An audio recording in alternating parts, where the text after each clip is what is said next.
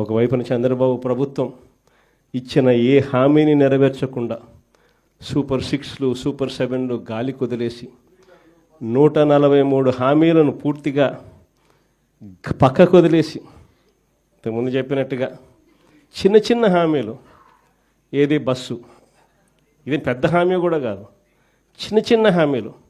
మా కడపలో మహిళలందరూ ఎదురు చూస్తూ ఉన్నారు, ఎప్పుడెప్పుడు చంద్రబాబు ఇది చెప్తాడా, ఎప్పుడెప్పుడు ఇది అయిపోతుందా, విశాఖపట్నం పోయి అట్లా రావచ్చు కదా, పొద్దున పోయి సాయంత్రానికి విశాఖపట్నం రావచ్చు కదా అని చెప్పి మా వాళ్ళందరూ ఎదురు చూస్తూ ఉన్నారు. ఇటువంటి చిన్న హామీలు కూడా పట్టించుకునే పరిస్థితులు. గ్యాసు, అది ఇంకొక చిన్న హామీ. ఆ గ్యాస్ కూడా కనీసం ఆ సిలిండర్లన్నీ కరెక్ట్గా ఇచ్చినాడంటే అది మోసమే.